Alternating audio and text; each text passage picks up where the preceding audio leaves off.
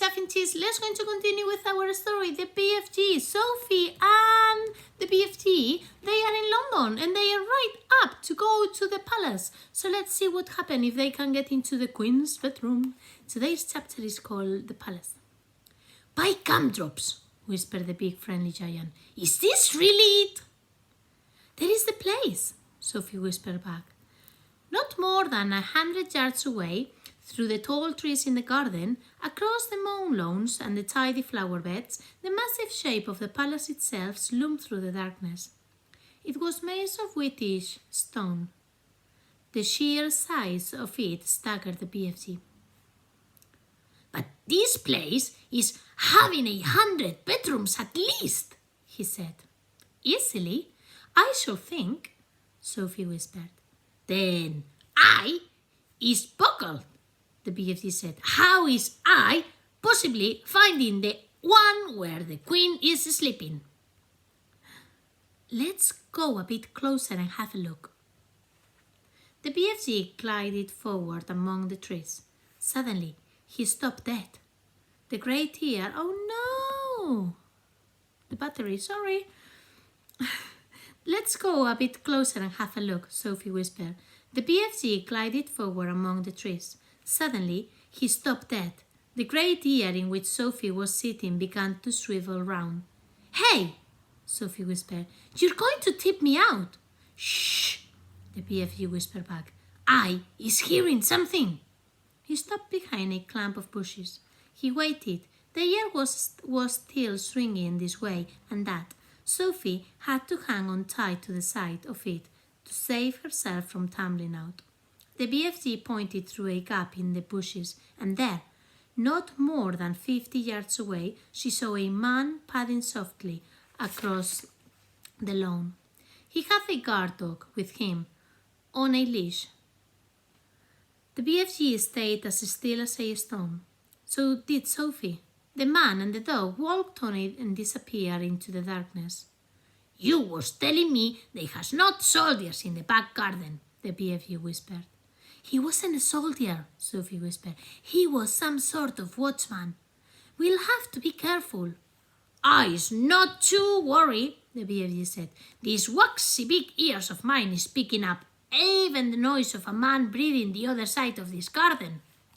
How much longer before it begins to get light? Sophie whispered. Very short, the BFG said. We must go pell-mell for leather now. He glided forward through the vast garden, and once again Sophie noticed how he seemed to melt into the shadows wherever he went. His feet made no sound at all, even when he was walking on gravel. Suddenly, they were right up close against the back wall of the great palace. The BFG's head was level with the upper window on the flight up, and Sophie, sitting in his ear, had the same view.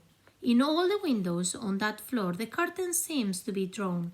There were no lights showing anywhere. In the distance, they could hear the muffled sound of traffic going round Hyde Park Corner. The BFG stopped and put his other ear, the one Sophie wasn't sitting in, close to the first window. No, he whispered. What are you listening for? Sophie whispered back. For breathing, the BFG whispered. I is able to tell if it is a man human being or a lady by the breathing voice. We has a man in there, snorting a little bit too. He glided on, fluttering his tall, thin, black-cloaked body against the side of the building. He came to the next window. He listened. No, he whispered. He moved on. This room is empty. He listened in several more windows, but at each one he shook his head and moved on. When he came to the window in the very center of the palace, he listened but did not move on. Ho, ho, he whispered. We has a lady sleeping in there. Sophie felt a little quiver go running down her spine. But who? She whispered back. The BFG put a finger to his lips for silence. He reached up through the open window and parted the curtains ever so slightly. The orange glow from the night sky over London crept into the room and cast a glimmer of light onto its walls. It was a large room, a lovely room, a rich carpet, gilded chairs, a dressing table, a bed, and on the pillow of the bed lay the head of a sleeping woman. Sophie suddenly found herself looking at a face she had seen on stamps and coins and in the newspaper all her life. For a few seconds she was speechless. "Is that her?" the BFG whispered. "Yes," Sophie whispered back. The BFG wasted no time. First, and very carefully, he started to raise the lower half of the large window.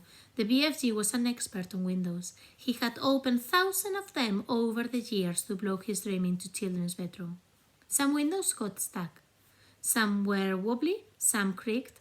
He was pleased to find that the queen's windows slid upward like silk. He pushed up the lower half as far as it could go, so as to leave a palace on the sill for Sophie to sit. Next, he closed the crack in the curtains. Then, with a finger and thumb, he lifted Sophie out of his ear and placed her on the window ledge, with her legs dangling just inside the room, but behind the curtains. "Now, don't you go tip-toppling backwards," the BFG whispered. "You must always be holding on tight with both hands in the inside of the windowsill." Sophie did as he said. It was summertime in London, and the night was not cold. But don't forget that Sophie was wearing only her thin night tie. She would have given anything for a dressing gown, not just to keep her warm, but to hide the whiteness of her night tie from watchful eyes in the garden below. The BFG was taking the glass jar from the pocket out of his cloak. He unscrewed the lid. Now, very cautiously, he poured the precious dream into the white end of his trumpet. He steered the trumpet through the curtains, far into the room, aiming it at the palace where he knew the bed to be. He took a deep breath. He puffed out his cheeks and poof, he blew. Now he was withdrawing the trumpet, sliding it out very, very carefully, like a thermometer. "Is you all right sitting there?" he whispered. "Yes," Sophie murmured. She was quite terrified, but determined not to show it. She looked down over her shoulder. The ground seemed miles away. It was a nasty drop. "How long will the dream take to work?" Sophie whispered. "Some takes an hour. Some is quicker, some is slower still, but it is sure to find her in the end." Sophie said nothing. "I is going off to wait in the garden," the BFG whispered. "When you is waiting me, just when you is wanting me, just call out my name and I is coming very quick." "Will you hear me?" Sophie whispered. "You is forgetting this," smiling and pointing at his great ears. "Goodbye," Sophie whispered. Suddenly, unexpectedly, the BFG leaned forward and kissed her gently on the cheek. Sophie felt like crying. When she turned and looked at him, he was already gone. He had simply melted away into the dark garden.